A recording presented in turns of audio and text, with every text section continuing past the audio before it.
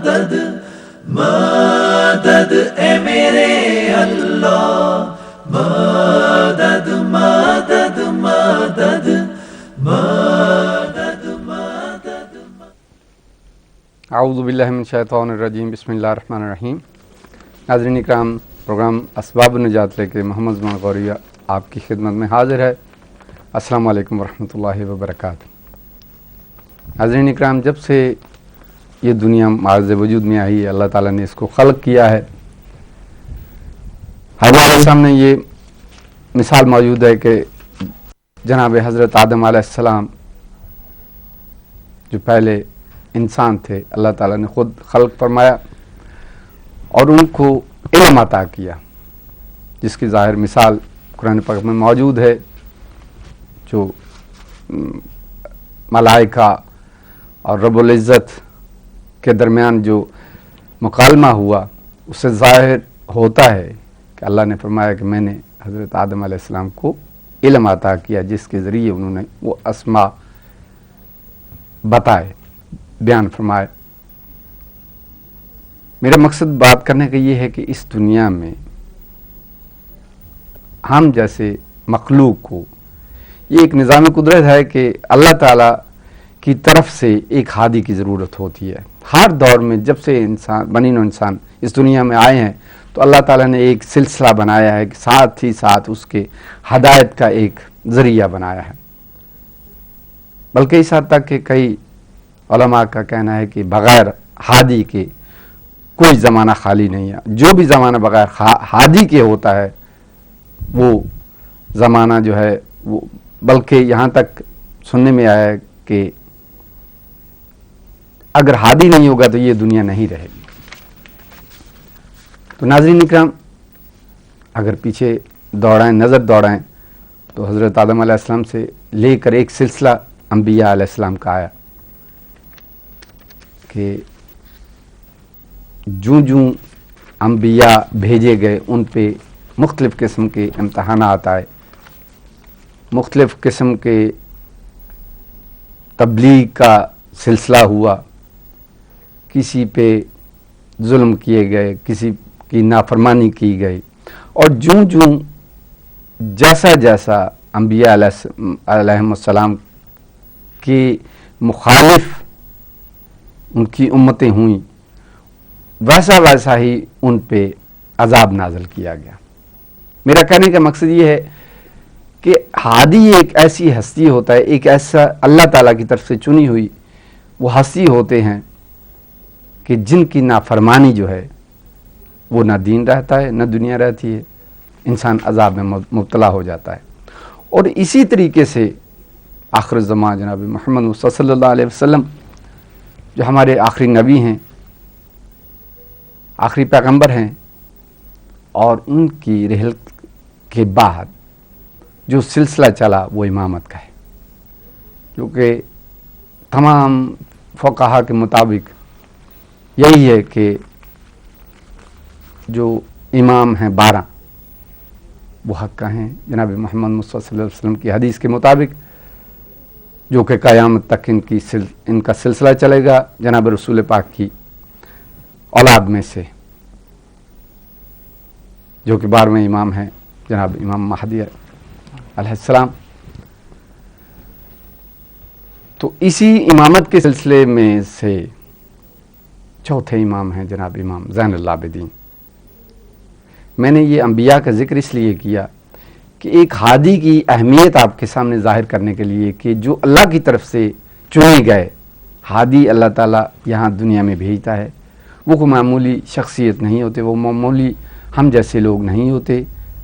ابھی یہ تھوڑی دیر پہلے یہ پروگرام میں یہ بات ہو رہی تھی کہ جو حروف مقطعات ہیں قرآن پاک میں، مثلا بسم اللہ الرحمن الرحیم، الف لام میم، اس کو مقطعات کہتے ہیں، اسی کے بارے میں بات ہو رہی تھی کہ ان کے معنی کسی کو روایات کے مطابق کیا ہیں معلوم ہے یا ان کی کیا انفارمیشن ہے۔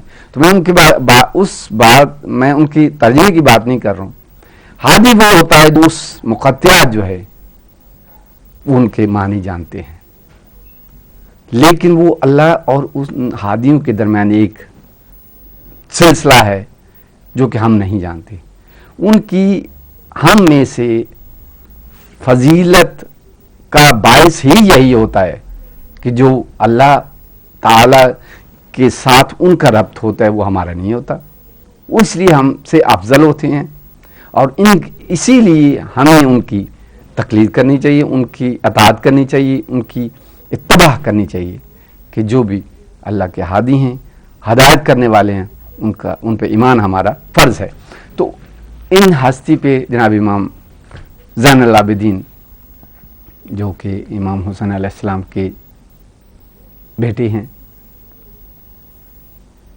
یہ چوتھے امام ہیں، ان کی شخصیت پہ بات کرنے کے لیے آج ہم نے روک لیا ہے جناب مولانا ڈاکٹر غلام حسین عدیل صاحب کو. آپ کا بہت بہت شکریہ جو ہمارے لیے آپ رک گئے.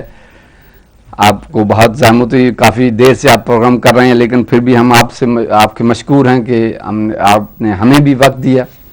تو میں آج حضرت امام جناب زین العابدین علیہ السلام کی شخصیت کے بارے میں آپ سے پوچھنا چاہوں گا، کیونکہ ہمارا یہ مقصد، یہ اسباب النجات کا یہ ہے کہ لوگوں کو علم پہنچائیں، لوگوں کے جو معرفت ہے اس میں اضافہ ہو، اور یہ ہماری چھوٹی سی سائی ہے.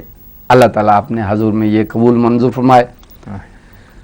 آپ علماء حضرات کا بھی یہ جو پارٹیسپیشن ہے، یہ جو حصہ ہے، اس میں اللہ تعالیٰ آپ کے درجات بلند کرے اور آپ کی لیڈرشپ ہمیں نصیب کرے. تو ناظرین کرام، یہ پروگرام کا جو فارمیٹ ہے وہ تو آپ نے دیکھ لیا، سن لیا. اب اگر آپ نے ٹیلی فون کال کر کے اس شخصیت کے بارے میں پوچھنا ہو یا مولانا صاحب سے کوئی مسئلہ پوچھنا ہو، بات پوچھنی ہو، تو آپ ٹیلی فون کال کر سکتے ہیں. نمبر آپ کی اسکرین پر موجود ہے، اور چلتے ہیں مولانا صاحب کی طرف، پوچھتے ہیں جناب امام زین العابدین علیہ السلام کی شخصیت کے بارے میں آپ سب سے پہلے فرمائیں گے. اعوذ باللہ من الشیطان الرجیم، بسم اللہ الرحمن الرحیم، وبہ نستعین. الحمد للہ رب العالمین، الصلاة والسلام علی اشرف الانبیاء والمرسلین وعلی آلہ الطیبین الطاہرین المعصومین. قال الامام السجاد زین العابدین علیہ الصلاة والسلام فی مناجاتہ: استغفرک من کل لذۃ بغیر ذکرک، ومن کل راحۃ بغیر انسک، ومن کل سرور بغیر قربک، ومن کل شغل بغیر طاعتک. ظاہر ماہ شعبان، ماہ معظم، ماہ محترم، ماہ مکرم، اور بہت ہی عظمتوں اور جلالتوں والا مہینہ.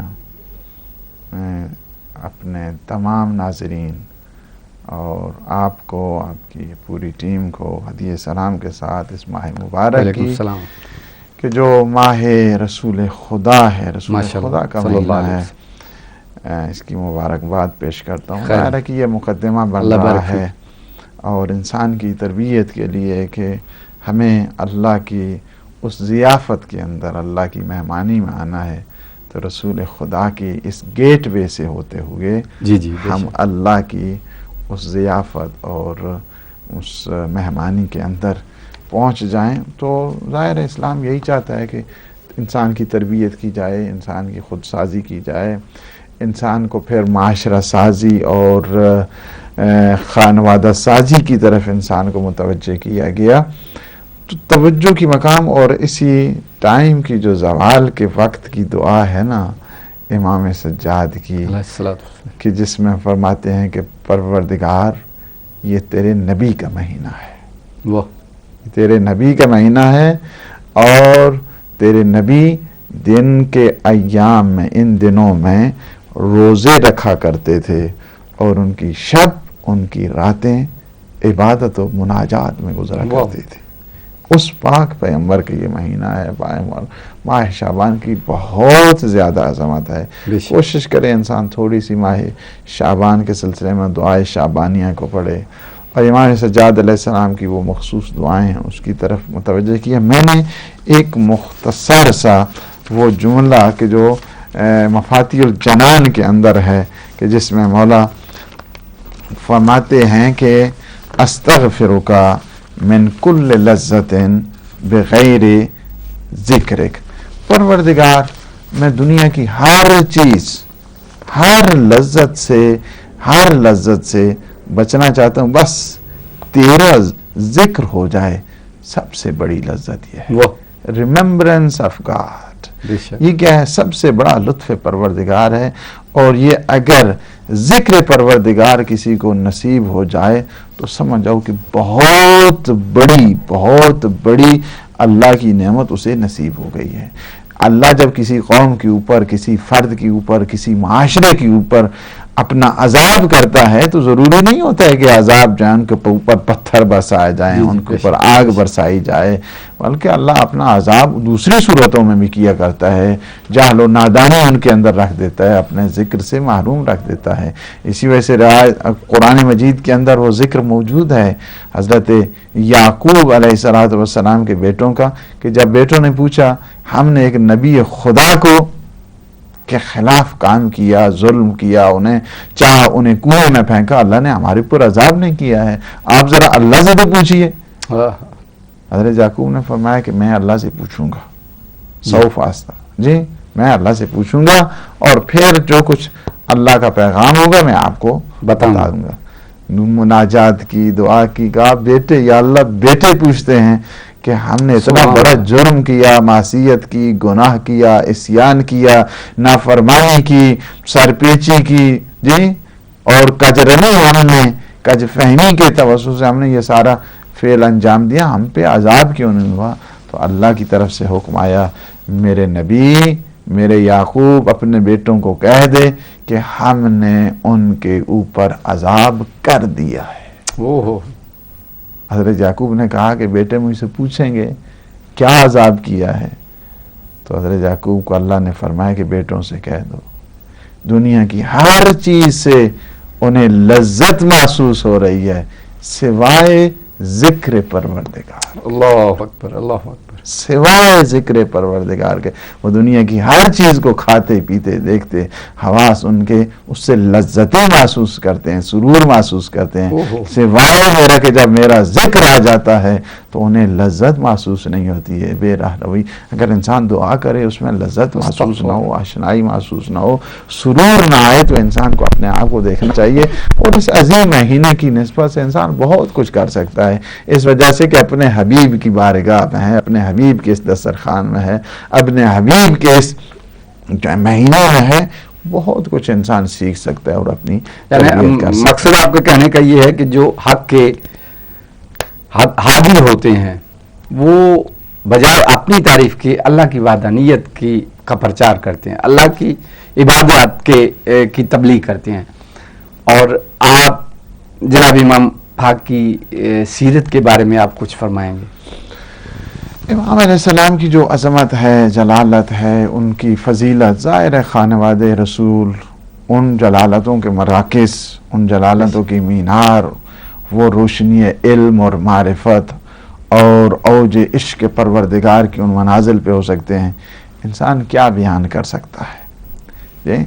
جو آپ دیکھیں نا ذرا عظمت اگر دیکھنا چاہتے ہیں، تعارف اگر دیکھنا چاہتا ہے، امام حسین علیہ السلام کی یہ بیٹے کربلا میں یہ موجود ہے، دین کی بقا میں ان کا بھرم ہے، شہداء کے وارث ہیں یہ.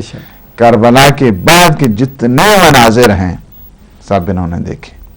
اس عالم جوانی کے اندر، عالم شباب کے اندر وہ مصائب، وہ بیماری، ظاہر ہے کہ آج جو ہے جس طرح آپ نے پروگرام کو اس لیول پہ لے کے آئے ہیں تو یہ آج کا پروگرام پھر توسل کے سلسلے میں بھی ہے نا، بیماروں کی شفا کے سلسلے میں بھی ہے، مصیبتوں کو دور کرنے کے سلسلے میں ہے، پریشانیوں کو ختم کرنے کے سلسلے میں ہے. ظاہر ہے کہ توسل جب ہوتا ہے ان پاک ہستیوں کے ساتھ تو انسان کو فیض بھی ملا کرتا ہے. اس لحاظ سے آپ دیکھیں کہ بہت ہی اتنی عظمت والے، اتنی جلالت اور اتنی شہامت والے کہ حتیٰ کہ جب بھرا دربار تھا اس میں ہی فرمایا تو میں تعارف، جو مجھے جانتے ہیں وہ جانتے ہیں، جو نہیں جانتے نا میں انہیں تعارف کراتا ہوں. انا ابن مکہ و منا، انا ابن زمزم و صفا. دنیا جان لے میں فرزند مکہ ہوں، یعنی کعبے کی جو سرپرستی ہم لوگوں کے ہاتھ میں ہے. انا ابن مکہ و منا، میں فرزند منا ہوں. حضرت ابراہیم نے ایک قربانی دی اور میں 72 قربانیاں دے کے آ رہا ہوں. انا ابن زمزم و صفا، میں فرزند زمزم ہوں. اگر پانی زمزم کا، آب زمزم ہر مرض کی شفا ہے تو ہم بھی ہر مشکل کی مشکل کشا. انا ابن مکہ و منا، انا ابن زمزم و صفا. ہاں یہ سارا وہ کیا ہے؟ فرماتے ہیں کہ میں ان کا بیٹا ہوں. فرماتے ہیں کہ پھر اس کے بعد یہ بھی عظمت کی طرف متوجہ کیا کہ اللہ نے ہمیں اتنی خصوصیات دی. علم ہمیں دیا، حلم ہمیں دیا، معرفت ہمیں دی، شجاعت ہمیں دی، شہامت ہمیں دی، سخاوت ہمیں دی. اور اللہ نے ایک ایسی ڈسٹنکشن رکھی ہے جس طرح ابھی آپ نے بھی ذکر کیا. ایسی کون سی؟ کہ مہدی آخر دوران ہماری نسل سے ہوگا، ہمارے خانوادے سے ہوگا. جی وہ بھی خصوصیت میں مولا نے اپنی ان 6 خصوصیات جو ہیں اس میں سے ایک قرار وہ دیا ہے کہ جعفر طیار ہم میں سے ہیں، مہدی دوران ہم میں سے ہیں. علم کا ہمیں اللہ نے مینار عطا کیا ہے، روشنی کا ہمیں وہ مینار عطا کیا ہے. تو یہ اگر آپ مولا کی ان دیکھیں، پھر دیکھیں ہر دم زمانے کے حالات ہوتے ہیں. اگر ہم حقیقی معنوں میں یہ جو سیرت کے پروگرام جا رہے ہیں اس کو اگر ہم صحیح معنوں میں اپنی زندگی کے اوپر اپلائی کریں اور فٹ کریں، منطبق کریں، تو اس میں کئی چیزیں ہم سے یہ ساری ختم ہو جاتی ہیں. اس وجہ سے کہ آئمہ کا جو دور ہے ہر چیلنج کا جواب ہے.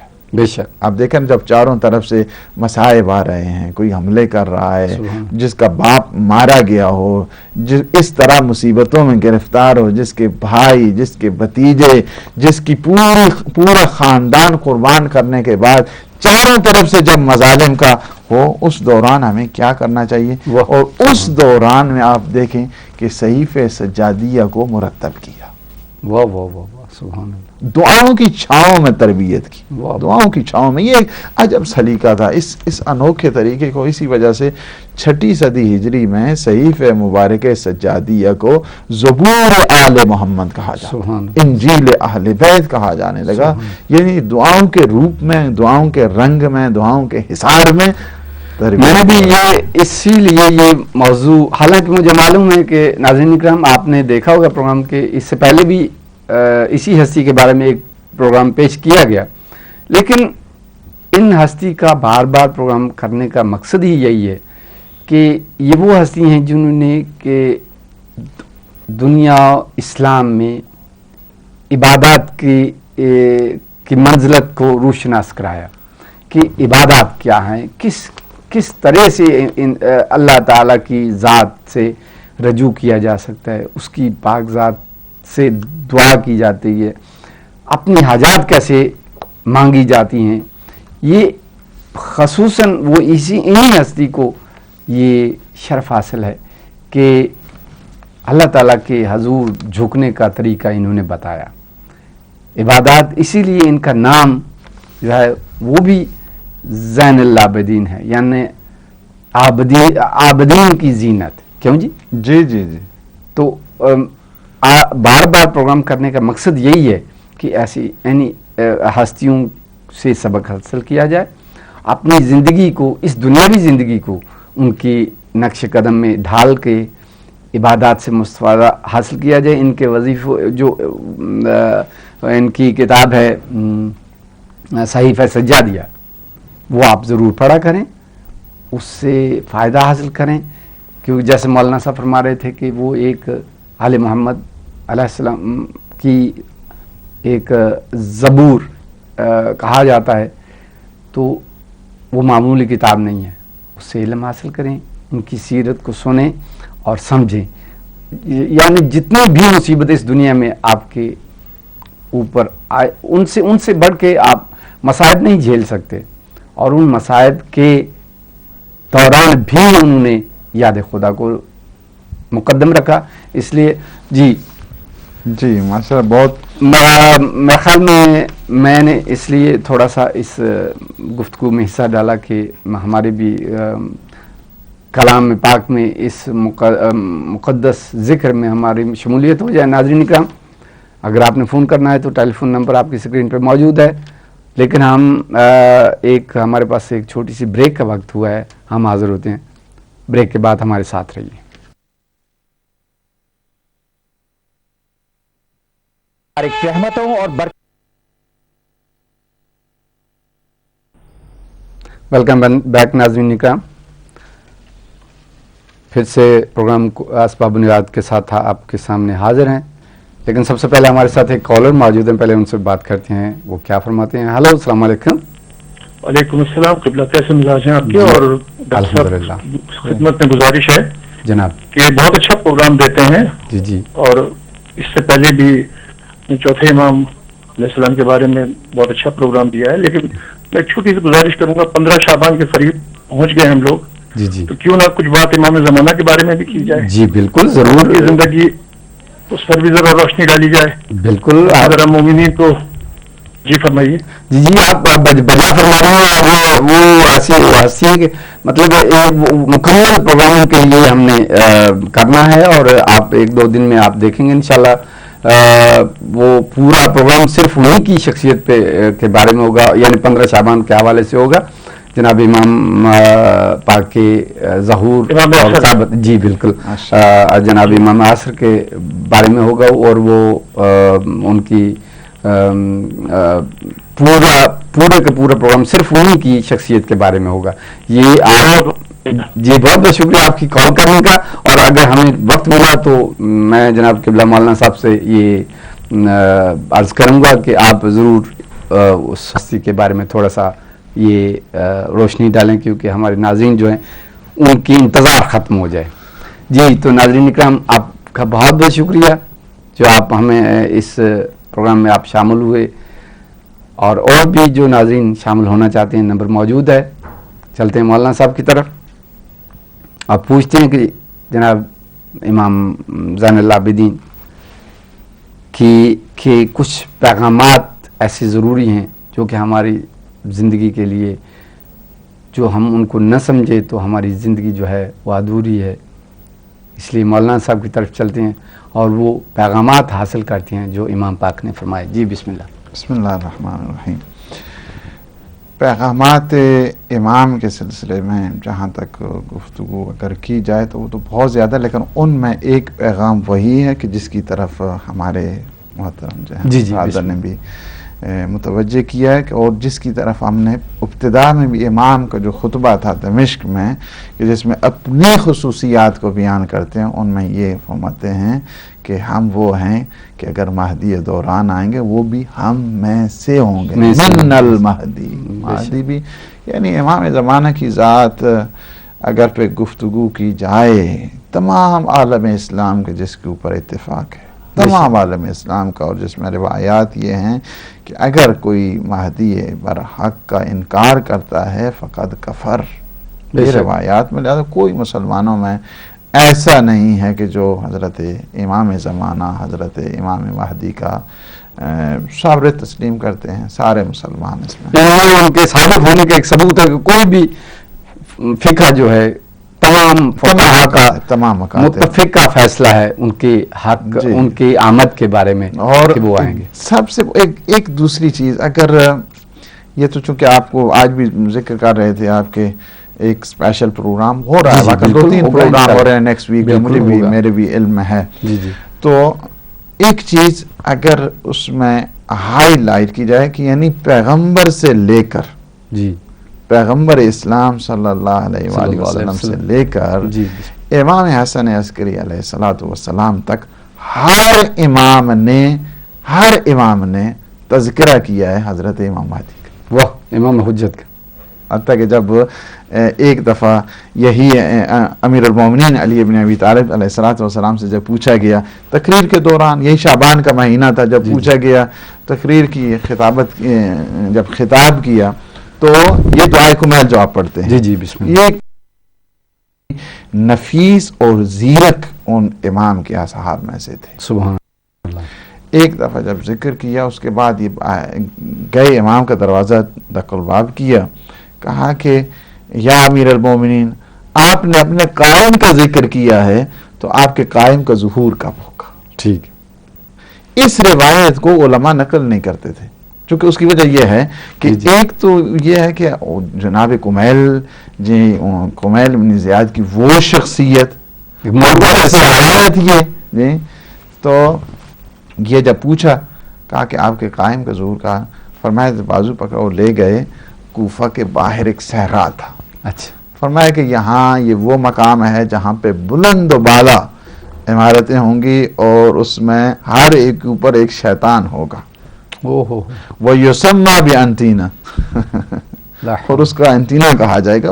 ظاہر ہے کہ عربی لغت میں کوئی لفظ ہی نہیں تھا، بعد میں جو فرینچ کی ایجاد ہے نا، تو آپ تو بچوں کو کہیں انٹینا کیا ہوتا ہے تو فوراً وہ سمجھ جاتے ہیں. اس دوران وہ اس روایت کو نقل اس وجہ سے کہ انٹینا کا لفظ ہی نہیں ملتا تھا عربی لغت میں. تو لیکن دوسری طرف جب دیکھتے تھے کمیل ابن زیاد کو، فرمایا ان کی شخصیت، ان کی روایت کیسے ہم لہٰذا اس روایت کو نقل نہیں کیا کرتے تھے. آج کل تو علماء سے آپ فراوان انداز کے وافر مقدار میں اس روایت کو سنتے ہیں، یا بس وہ روایات کی جنہیں نقل راوی ماشاءاللہ بہت اہمیت اور افضلیت کے تھے کہ وہ زمانہ آئے گا، ہمارے قائم کا ظہور اس وقت ہوگا کہ جب جو ہیں خواتین اس طرح کے لباس پہنیں گے کہ جس طرح ان کا بدن نظر آ رہا. اب وہ خطر کے لباس، وہ لباس جو پہننے والے اس دوران یہ سمجھ نہیں آتی تھی حدیثیں، یا مثلا وہ روایات تھی کہ جب ہمارے قائم کا ظہور ہوگا اس وقت لوگ جو ہے نا وہ تمام جو میوزیکل انسٹرومنٹ ہے وہ اپنی جیب میں رکھیں گے.